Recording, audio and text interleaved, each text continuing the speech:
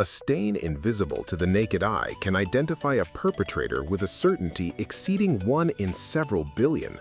It can confirm that sexual contact occurred even when the accused denies it, and it can be entirely destroyed by one careless step in evidence handling. In sexual offense investigations, seminal evidence is often the single most decisive biological finding presented in court, and understanding it properly is not optional for anyone entering medico-legal practice. Today, we go through the complete forensic pathway of seminal stain evidence from the crime scene to the witness stand. Welcome back to Forensic Expert Alliance of Bangladesh.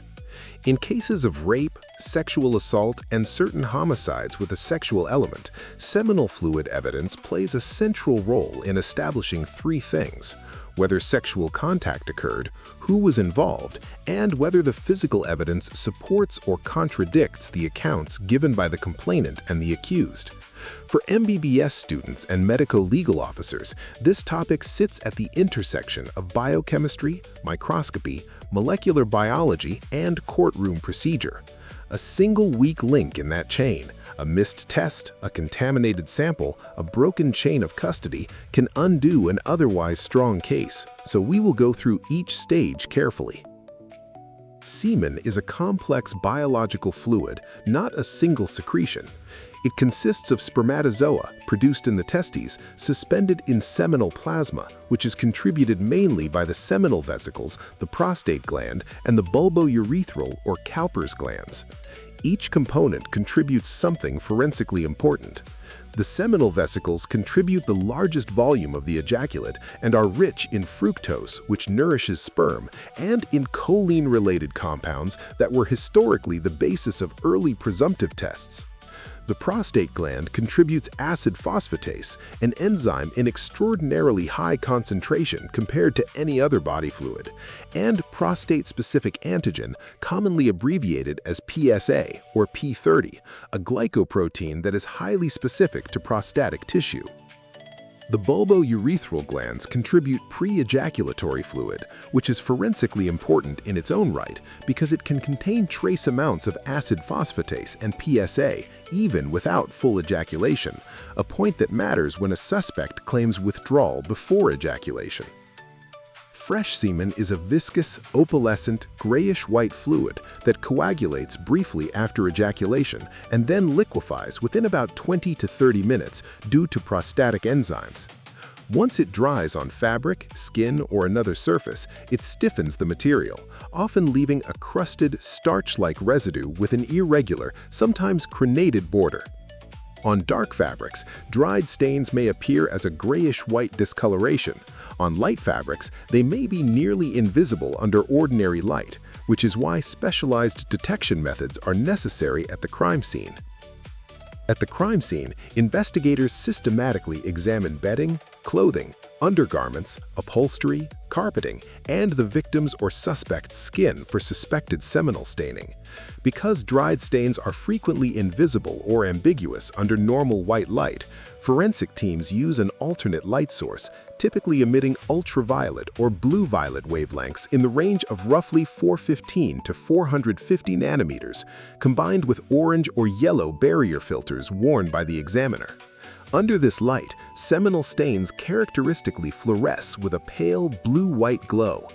This is an important teaching point for exams. Fluorescence under an alternate light source is a screening tool, not a diagnostic one. Several other substances fluoresce in a similar range, including certain laundry detergents containing optical brighteners, some lubricants, urine, and saliva. A fluorescing area is therefore only a candidate stain. It must be marked, photographed with a scale, and swabbed or cut out for laboratory testing before any conclusion is drawn. Relying on fluorescence alone as proof of semen is a common examination trap and a genuine forensic error. Once a candidate stain is identified, the laboratory applies presumptive tests before committing to more expensive and time-consuming confirmatory analysis. The oldest and most widely taught presumptive test is the acid phosphatase test. Human prostatic tissue contains an exceptionally high concentration of the enzyme acid phosphatase compared to any other tissue in the body. When a reagent, typically sodium alpha-naphthyl phosphate, combined with a diazonium salt, such as fast blue or Brentima fast blue, is applied to the stain, the enzyme catalyzes a reaction that produces a rapid color change to purple. The speed of this color change matters clinically and forensically. A color change occurring within about 30 seconds to 2 minutes is considered a strong positive, consistent with seminal origin. A slower or weaker color change occurring after several minutes is considered less reliable because acid phosphatase is also present in much smaller amounts in vaginal secretions, in some other body fluids, and in certain plant materials, such as fungi and some vegetables, a fact that has occasionally led to false positives in casework and remains a favorite exam question. For this reason, the acid phosphatase test is classified strictly as presumptive. It tells the investigator where to look further. It does not, by itself, confirm that a stain is semen. It also has a practical limitation.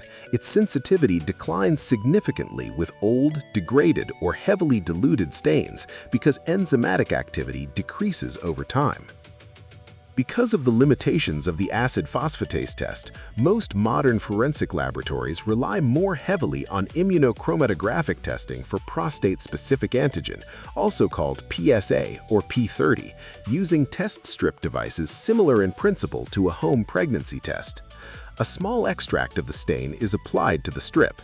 If PSA is present above the detection threshold, a colored line appears. PSA testing has two major advantages over acid phosphatase. First, it is considerably more sensitive. Commercial kits can reliably detect PSA concentrations in the range of a few nanograms per milliliter, and studies comparing the two methods have consistently found PSA testing more sensitive and specific than acid phosphatase test, particularly with old or trace samples.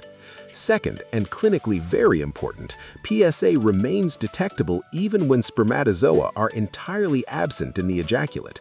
This matters directly in cases involving a vasectomic suspect or a man with azoospermia, a condition in which no measurable sperm are present in the ejaculate. In such cases, microscopy for sperm would be falsely reassuring for the defense, while a PSA test correctly indicates that seminal fluid was present.